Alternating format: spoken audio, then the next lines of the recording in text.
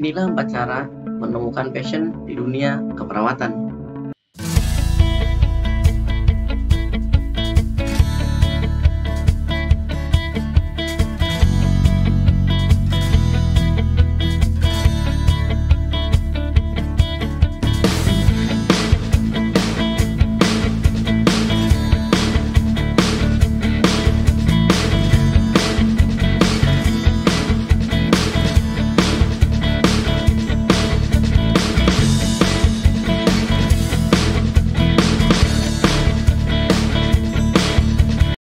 Hai, saya Alif Maulana, bertemu lagi di channel Alif Maulander.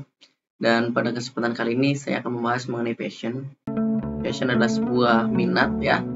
Bakat kalian mau seperti apa, mau menjadi apa ketika lulus nanti, atau bekerja di mana sesuai dengan passion kalian ya.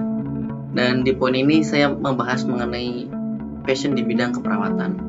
Karena bidang keperawatan sangat banyak teman-teman. Sangat banyak, jadi jangan sampai kalian nanti bingung ketika lulus mau jadi apa, karena sangat banyak pilihannya. Dan khususnya untuk mahasiswa yang masih mahasiswa, tentu harus bisa didengarkan, dicatat, karena ini sangat penting buat kalian untuk menunjang ke depannya atau ketika menjadi sarjana ya. Jadi ada 4 passion yang harus kita ketahui caranya, yaitu 4 cara yang harus menemukan passion. Yang pertama adalah memahami berbagai spesialis di bidang kesehatan.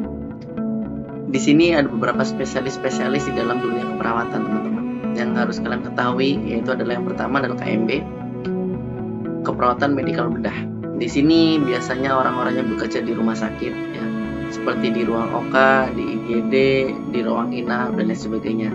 Ini orang-orang yang bekerja di rumah sakit ya, orang-orang KMB, keperawatan medikal bedah, dan bisa juga menjadi dosen.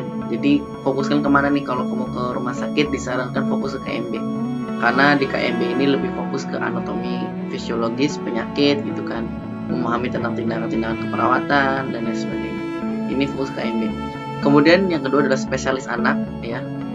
Dan di poin ini biasanya banyak dosen yang fokus ke anak gitu. Keperawatannya fokus ke anak gitu. Tentang tumbuh kembang, kemudian toilet training dan lain sebagainya.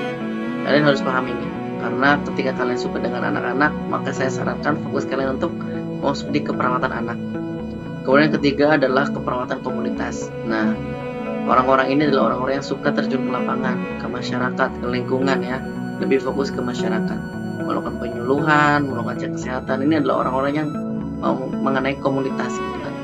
Jadi jangan sampai kalian bingung nanti, karena beberapa keperawatan ada banyak spesialisnya.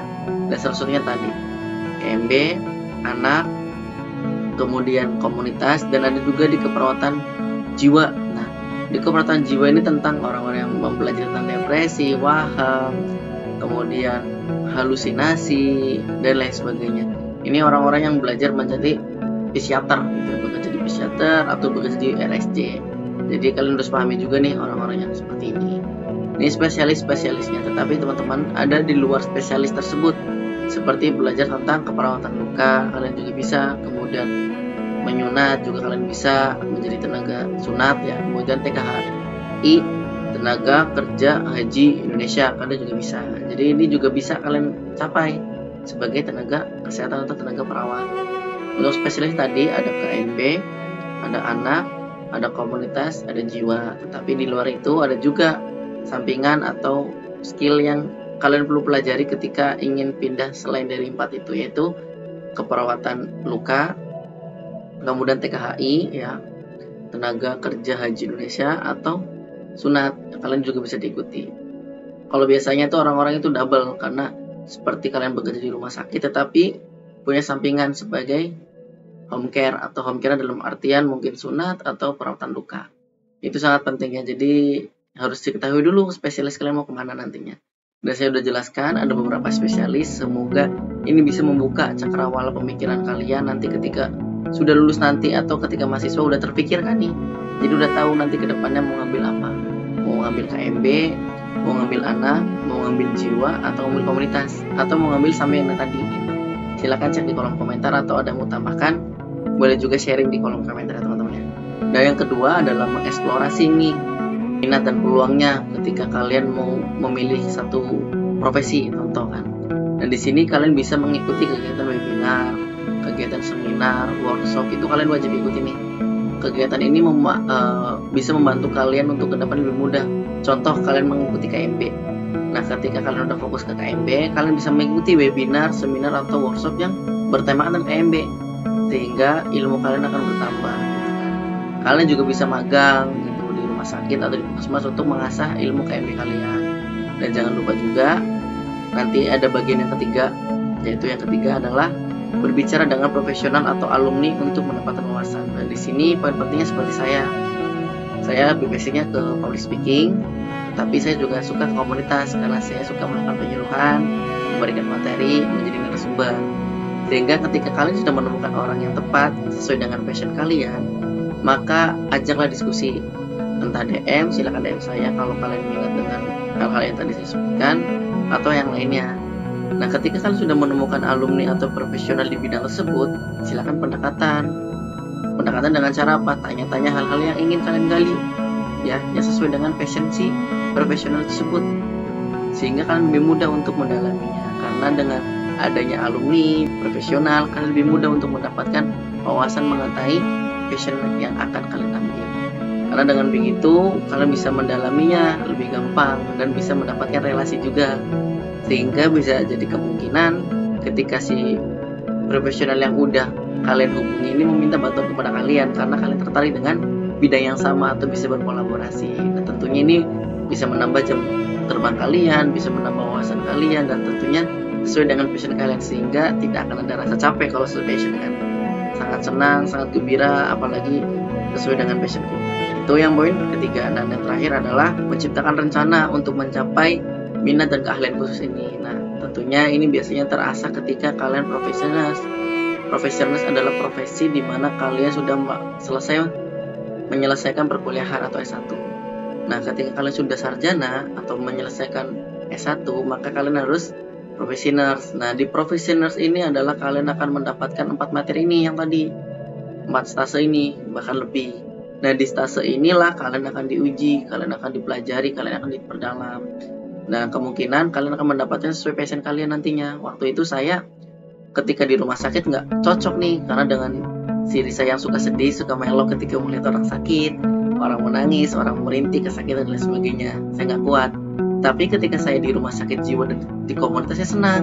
Saya senang berinteraksi dengan orang masyarakat, melakukan penyuluhan, itu kan memberikan edukasi, saya suka gitu. Jadi passion saya di situ. Tapi jika kalian passion di anak, nanti juga ada tuh. Kalian berfokus ke anak-anak, kalian juga bisa fokus ke RSJ, rumah sakit jiwa. Kalian bisa berkomunikasi dengan orang-orang yang memiliki kejiwaan yang tidak normal gitu kan. Sehingga di profesional sini akan terasa kalian mau masuk mana, bidangnya apa, dan lain sebagainya. Dan itulah 4 cara atau tips yang saya berikan untuk menemukan passion kalian. Karena passion itu diciptakan kan?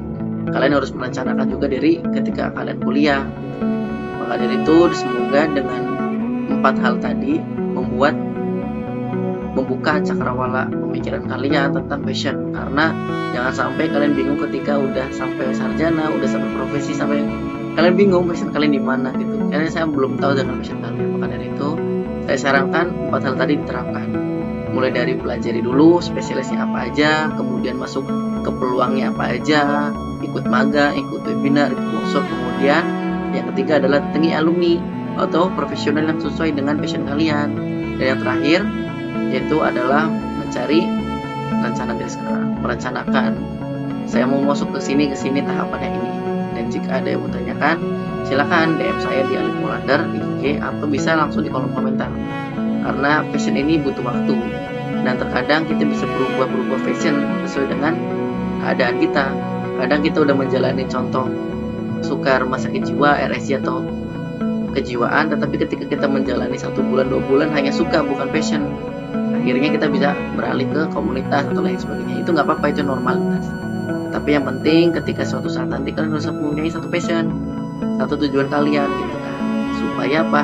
Supaya lebih mudah bisa mendalami dan jadilah profesional di bidang itu. Seperti saya ingin menjadi public speaker, orang yang berbicara di depan umum, menjelaskan tentang materi kepada masyarakat. Itu bukan ke orang-orang yang tadi kerja di rumah sakit, puskesmas, klinik, dan sebagainya. Jadi tentukan passion kalian masing-masing, dan saya tidak menyalahkan kalian bekerja di rumah sakit, di klinik atau puskesmas, ataupun menjadi dosen ataupun lainnya, karena setiap orang memiliki passion masing-masing. Jadi silakan tentukan passion kalian mulai dari sekarang. Dan semoga video ini bermanfaat buat kalian. See you next time in the video. Bye bye.